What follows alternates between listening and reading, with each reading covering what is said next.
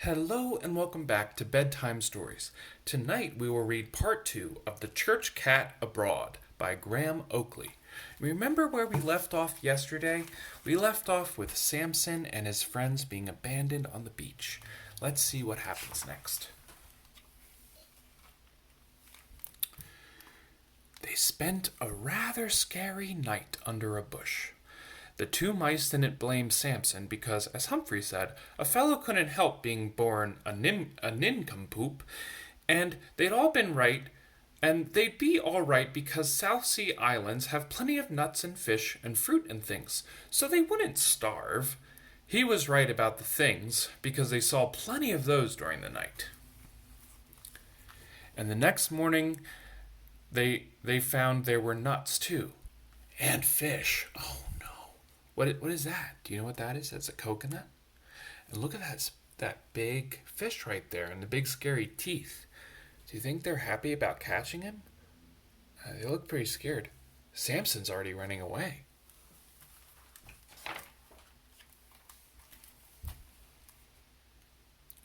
However, they were able to pick some fruit. Humphrey said this would stop them getting dandruff and boils, and one had to think about one's appearance. Even on a desert island. Despite this, Samson didn't really fancy bananas, and some of the berries tended to do very funny things to the mouse insides. By midday, they had got very hot and homesick. They thought how nice would it be to be back in the vestry with the lovely cool rain pouring through the roof onto their heads, and they became quite weepy and sorry for themselves. But Arthur blew his nose and said that kind of thing would get them nowhere. They must pull up their socks, stop moping about, and do something practical like building a boat and rowing home. They weren't quite sure which was the best way to England. Arthur said that they should row to the right, and Samson said they should row to the left, and Humphrey said they would definitely have to row straight ahead. So they decided to zigzag in order to please everybody. As things turned out, it didn't really matter. Oh no, what's happening? Looks like their boat is taken in water.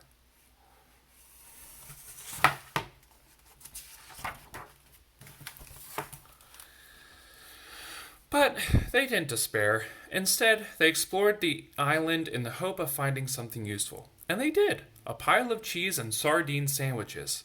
That sounds gross to me. What about you? Do you think sardines are fish? And a short-sighted old gentleman. They left the bread only because it's not nice to be greedy, and anyway, they only liked bread if it had peanut butter on it. So look at them. They're exploring the island, and they find this man who has this food. You see it?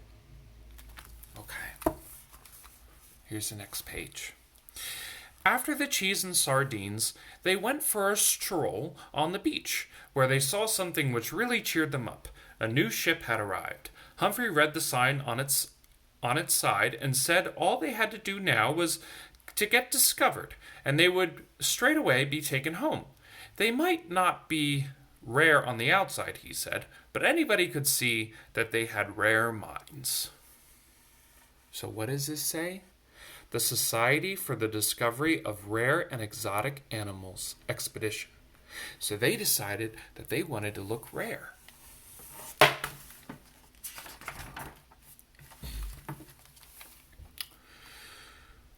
But when the head scientist came ashore, he just glanced at the three friends, who were smiling their best smiles and trying to look rare, and he muttered scornfully, "One seedy Felis cactus and a pair of shabby musculi. Those are the scientific names of the animals, I suppose. How very, very common." And with that, he walked off. Oh no! They didn't like him. Samson was even trying to rub himself on his leg. But they tried stowing away in the scientist's launch, but were discovered before they were halfway to the ship and tossed overboard. If a log hadn't been drifting toward the beach, something very nasty might have happened to them. Even that didn't discourage them, because cats and mice do tend to be optimists optimists. They got a good night's sleep, and the next morning they visited the short-sighted old gentleman again. It was a brief of a blow to find that he'd changed to cucumber and watercress sandwiches. But just then Samson had an idea so brilliant that he quite forgot he was hungry. He whispered to the mice, and they started on it right away. Oh, what do you think Samson is doing? What do you think he's doing?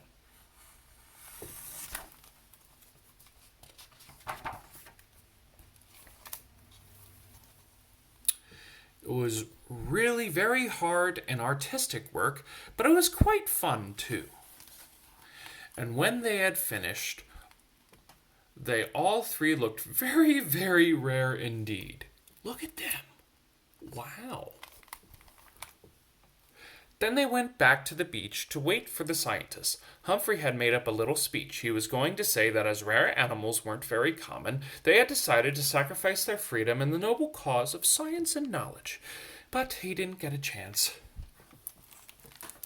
Before he could open his mouth, the zoologists had whisked them off to the ship.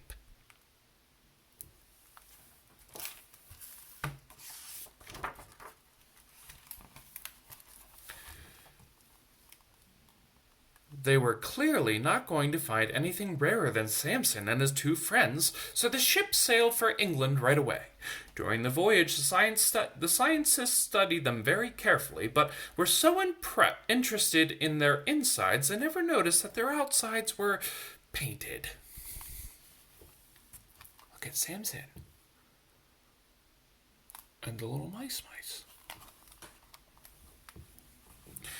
They received a big welcome when the ship docked, and after giving their views on marriage, the common market, pollution, and signing love from an extremely rare animal in hundreds of autograph books, they were rushed off to the zoo. Look at them. Everybody loves them.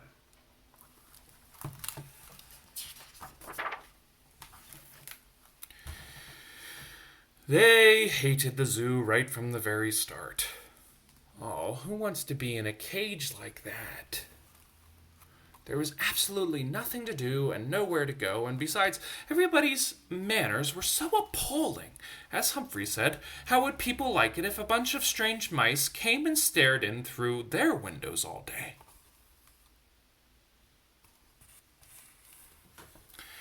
After 3 days, they were all fed up with it, and Samson thought to himself, if a fellow can get himself and his friends off a South Sea island by sheer brain power, then a fellow can get himself and his friends out of a silly old zoo.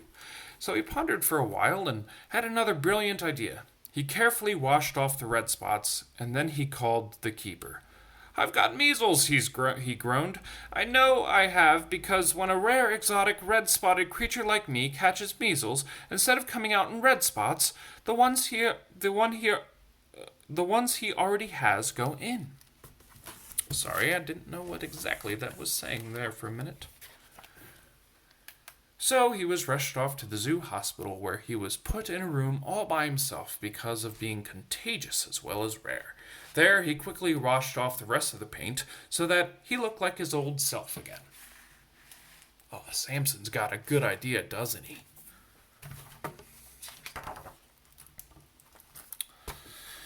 Then he walked boldly out of his room and down the corridor to the back of the mice's cage, and no one spared him a second glance, because now he was just a rather common-looking ginger tomcat. He snatched the mice from their cage and bolted. Luckily, the surprise had given him a head start. Go, Samson, go!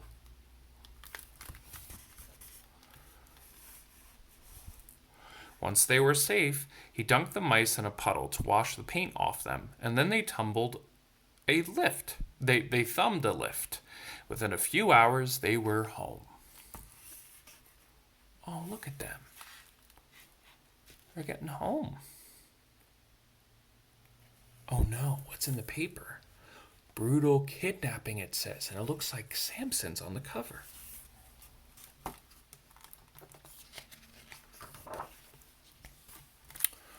Oh, look at this. I'll just read the paper as you look at the photograph. And what a welcome they received when they entered the vestry. Arthur said with a lump in his throat that it made all the unspeakably terrible hardships they had endured on their travels worthwhile.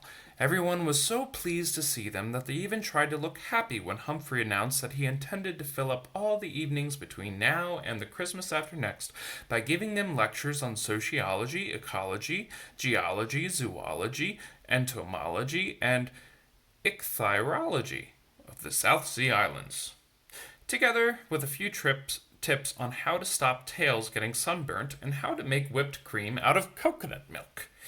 They weren't even disappointed that the travelers had come back without the money to repair the vestry roof. After all, said Samson, it takes more than a leaking roof to dampen feelings of true friendship.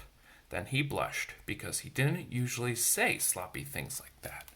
Isn't that true, though? We've read of Samson for many nights now, and Samson just said it takes more than a leaking roof to dampen the feelings of true friendship.